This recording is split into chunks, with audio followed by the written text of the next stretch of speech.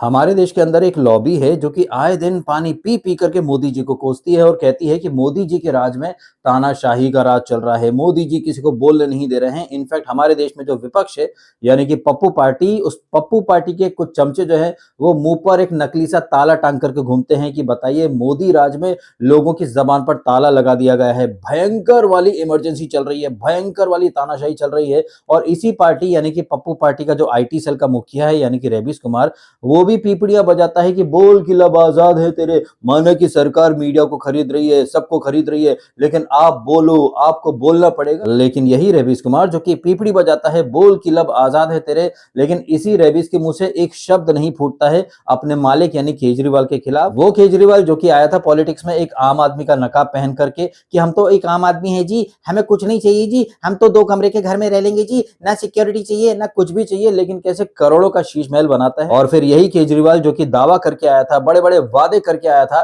कि मैं बाकी पॉलिटिशियन से अलग हूं, मैं तो एक आम आदमी हूं, लेकिन जैसे ही पंजाब में आम आदमी पार्टी की सरकार बनती है तो सबसे पहले बदला लेने की जो मुहिम है उसमें लग जाता है केजरीवाल। और पंजाब पुलिस जो कि आम आदमी पार्टी के अंडर में आ चुकी होती है उस समय, कैसे पंजाब पुलिस का ये मिसयूज करता है। दिल्ली बीजेपी का जो नेता यानी कि तेजिंदर पाल बग्गा, उसके घर पर पंजाब पुलिस धमकती है और जबरदस्ती में उसे उठा करके ले जाती है। यही नहीं, एक टाइम पर केजरीवाल के पार्टनर इन क्राइम यानी कि कुमार विश्वास, जो कि शुरुआत से ही केजरीवाल के पार्टनर इन क्राइम थे, उसके चड्डी बड्डी थे, लेकिन जैसे ही उन्हें आगे चल के केजरीवाल की रियल इंटेंशंस दिखाई देने लगती हैं, कुमार विश्वास जो है वो केजरीवाल से पल्ला झाड़ लेते हैं, दूरी बना लेते हैं। और सिर्फ यही नहीं, कुमार विश्वास जो है वो आगे चल के केजरीवाल को बुरी तरह से एक्सपोज भी करते हैं। हालांकि दिल्ली पुलिस जो है वो तो केजरीवाल के अंडर में नहीं थी, लेकिन जैसे ही पंजाब पुलिस पर केजरीवाल का कब्जा होता है, केजरीवाल पट्ट से कुमार विश्वास, तेजिंदर पाल बग्गा और जो तमाम नेता हैं जिन्होंने केजरीवाल के अगेंस्ट कुछ भी बोला है, उन सबको गिरफ्तार करने के लिए पंजाब पुलिस को भेजता है। लेकिन ये केजरीवाल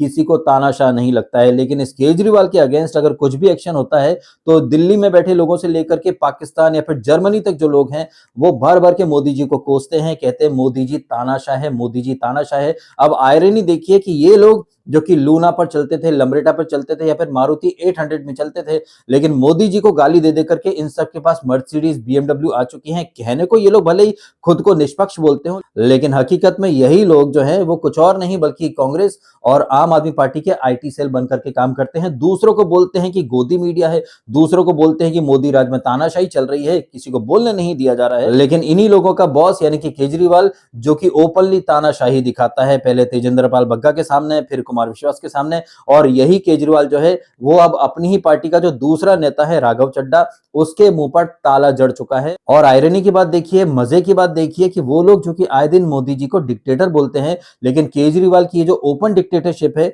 इसके ऊपर सबके मुंह में दही जम चुका है। ये रवीश कुमार जैसे लोग या फिर अभिषेक डल्ला जैसे लोग या फिर जर्मन शेफर्ड जैसे लोग जो कि पहली फुर्सत मिलते से किसी को भी गोदी मीडिया बोल देते हैं, ठप्पा लगा देते हैं अंधभक्त का, लेकिन यहां पर इन सबके मुंह में दही जम चुका है। ये लोग जो कि हिमायती हैं फ्रीडम ऑफ एक्सप्रेशन के, फ्रीडम ऑफ स्पीच के, लेकिन जिस तरह से राघव चड्ढा जो कि आम आदमी की परेशानियां जो है उन्हीं को एक मुद्दा बना करके संसद में उठा रहे थे, लेकिन ये मुद्दे जो कि एक आम आदमी से जुड़े हुए थे, इन मुद्दों से केजरीवाल के जो गुर्दे हैं वो छिल जाते हैं। क्योंकि केजरीवाल क्या चाहता था, केजरीवाल चाहता था कि राघव चड्ढा जो है वो उसकी कठपुतली बनकर के पार्लियामेंट में नाचे, ना सिर्फ नाचे बल्कि पार्लियामेंट के अंदर वही वाली नौटंकी करे जो कि सड़कों पर केजरीवाल और ये मनीष सिसोदिया जैसे लोग आए दिन करते आए हैं। इन लोगों का एक ही उद्देश्य था कि राघव चड्ढा इनके इशारों पर नाचे, लेकिन राघव चड्ढा ने वो मुद्दे उठाए जो कि जनता से जुड़े थे। क्योंकि ये जो आम आदमी पार्टी है ये तो यही दावा करके आई थी ना कि हम आम आदमी से जुड़े हुए मुद्दे उठाते हैं, हम तो आम आदमी से जुड़ी हुई पॉलिटिक्स करते हैं। तो वो राघव चड्ढा जो कि आम आदमी से जुड़े हुए मुद्दे उठा रहा था,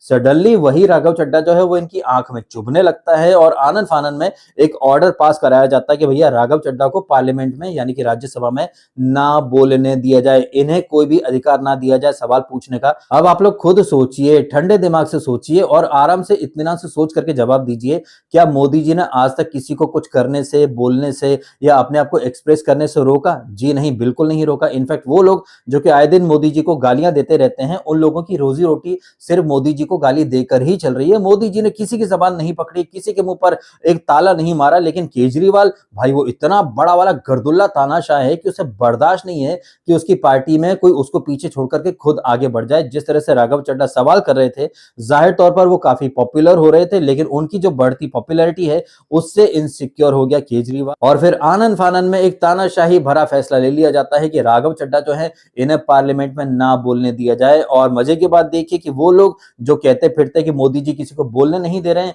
वही लोग जो हैं वो इस मैटर में मुंह में दही जमा करके बैठ गए। लेकिन ये जो बात है ये आपको दिखाई दे रही है, मुझे दिखाई दे रही है, इनफैक्ट जो दूध पीते बच्चे हैं शायद वो भी इस बात को समझ सकते हैं, लेकिन वो लोग जो कि बीते काफी सालों से ब्रेन वॉश्ड किए गए हैं बीजेपी के खिलाफ, आरएसएस के खिलाफ और अपने भारत देश के खिलाफ, उन लोगों को आज भी केजरीवाल एक भोला भाला इंसान लग रहा है। उन लोगों को आज भी पप्पू जो है वो काफी बढ़िया इंसान लग रहा है। उन लोगों को आज भी रेबिस कुमार जो है वो जर्नलिस्ट लग रहा है, जबकि ये लोग कुछ और नहीं, 2014 से एक मिशन बना करके चल रहे हैं कि कैसे देश की जनता को मूर्ख बनाया जाए, ब्रेन वॉश किया जाए देश की जनता का। ये लोग देश की जनता को गुमराह करते हैं ये बोलकर कि मोदी जी तानाशाह हैं, मोदी जी तानाशाह हैं, जबकि मोदी जी ने एक भी तानाशाही पूर्ण काम नहीं किया है। तानाशाही कौन कर रहा है? ममता बनर्जी कर रही है बंगाल में, और ये पंजाब का अब जो नया मालिक बना बैठा है केजरीवाल। ये तो गनीमत है कि दिल्ली पुलिस इसके अंडर में नहीं थी, अदरवाइज ये तो दिल्ली के हर बीजेपी वाले नेता को जेल में डाल चुका होता अब तक। क्योंकि ये केजरीवाल जो कि बड़ी-बड़ी बातें करके आया था, अपने बीवी बच्चों की झूठी कस्में खा करके आया था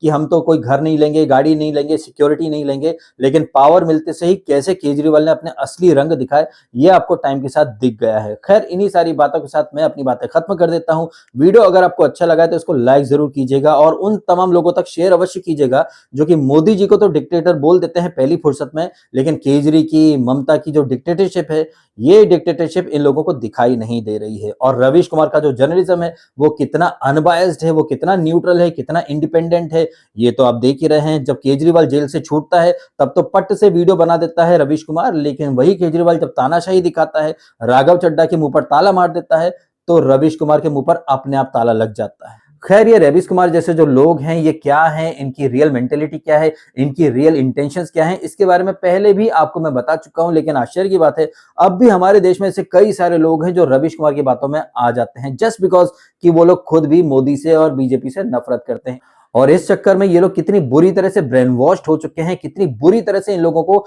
ब्रेन डेड ज़ोंबी बना दिया गया है, इस बात का एहसास इन लोगों को शायद ही कभी हो पाए। खैर, अपनी बातों को यहीं पर रोक देता हूं और वीडियो कर देता हूं खत्म। आपने समय निकाला, वीडियो देखा, आपका बहुत बहुत धन्यवाद। Thank you so much.